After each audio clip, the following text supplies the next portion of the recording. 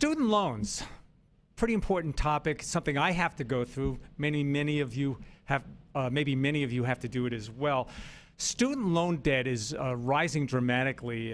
It's enormous. We're sitting at $1 trillion, $1 trillion. And there's a story, the Senate, in their passing of the immigration bill, they managed to get things done. But before heading out of town, they failed to address something very important, the student loan package.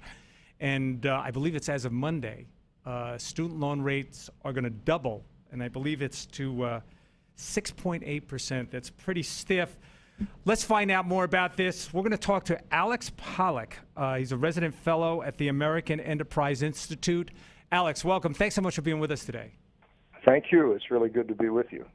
Alec, walk me through this. The way I understand it, we're looking at a 100% hike, 100% hike. Is that correct?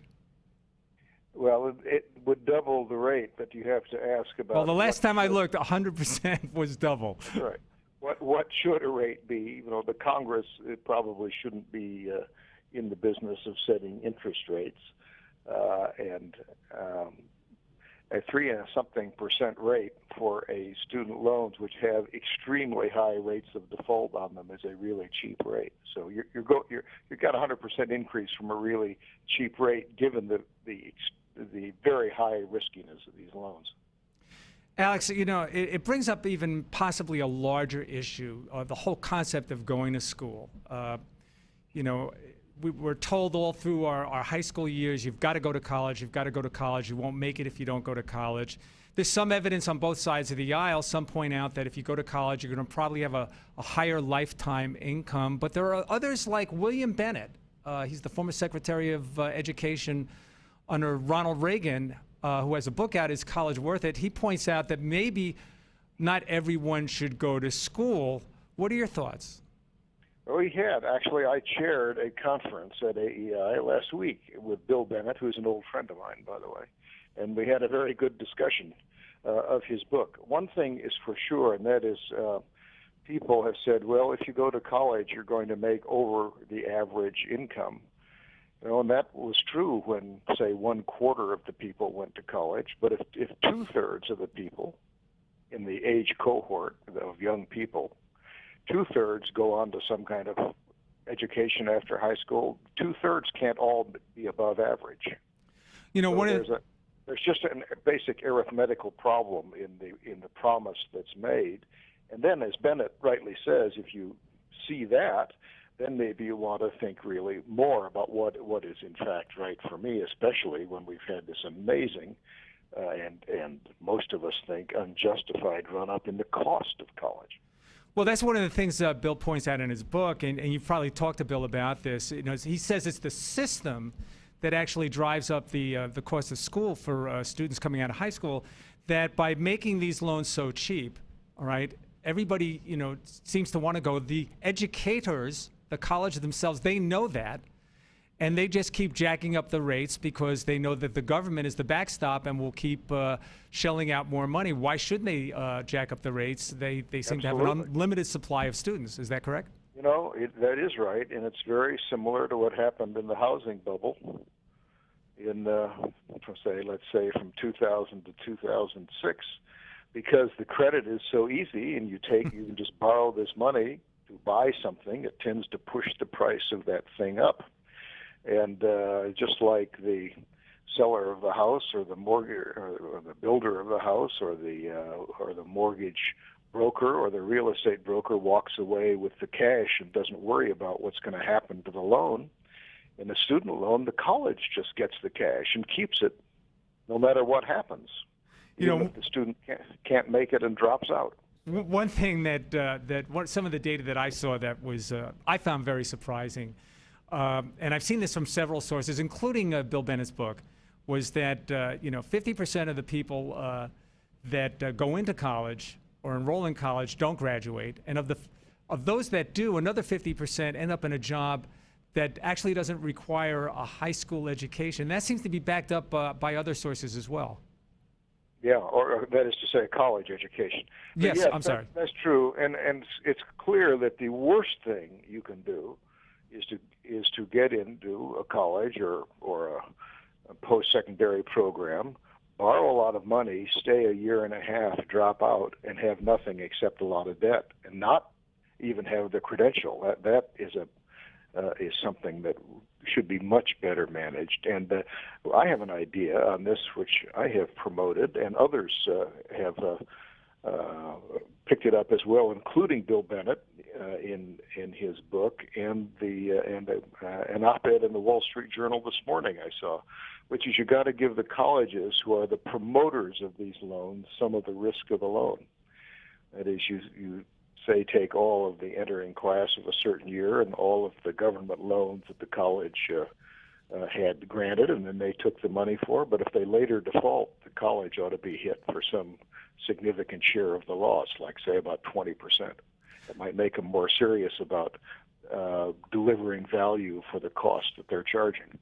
That might be a good solution. I believe Senator Marco Rubio is part of a consortium of other senators and congressmen that are introducing legislation to have the schools themselves disclose more things like, what is the expected job rate? What are my chances of getting a job after I've spent $100,000? Let me throw something else out at you, maybe some common sense solutions. One thing I've often thought is that many graduating seniors maybe aren't emotionally ready to go to college. They don't know what they want to do yet. And certainly if you know that you want to be an engineer, an aeronautical engineer, you've probably patterned your high school education to that end. You probably majored in math and you've done everything you needed to do. By all means, go for school. But if you haven't and you're still trying to find yourself, why not go out and get a job? Find your dream, find your passion, because if you go to school with a liberal arts education thinking you're going to find yourself, to me it's probably going to end up being a social experiment, a lot of partying, and you're going to come out of school with a lot of debt. Yeah, it's one thing, if you can afford to pay for the partying. It's another thing if you're running into debt for partying. That's when you think about it, that's pretty dumb. Run yourself deeply into debt so you can spend a few years going to parties. If that's your idea, you couldn't have a worse idea than that. And in fact, one of my colleagues in this area has pointed out in slightly more formal language, in general, you can borrow for consumption, which is a bad idea, or you can borrow for investment, which is a good idea. And you need to get clear that if you're borrowing for college, that better be an investment in your skills and your development, not borrowing for consumption, which is what we were just talking about. Well, let's try to, not grow up for 4 years and have a good time. Let me talk about some alternative forms of education. I've met with a lot of business leaders. I'm from the world of finance. And when I talk with the CEO of some high-tech engineering firm or some high-tech manufacturer, some of the equipment that's used today is quite complicated and it requires training. It may not require a college education, but it requires training that is very advanced, and they're telling me they cannot find workers for these jobs. We have a 7% unemployment rate in this country, and we're not taking advantage of that. What happened to the old apprentice system where you went in, you worked a job, you got an apprenticeship, and you actually learned a trade? It's a wonderful idea. It's much weakened, but it needs to be re-emphasized without question. You talk about what you could do or not. If you spend 4 years studying sociology or whatnot, you can't do these jobs that you could do if you came out of a good apprenticeship program.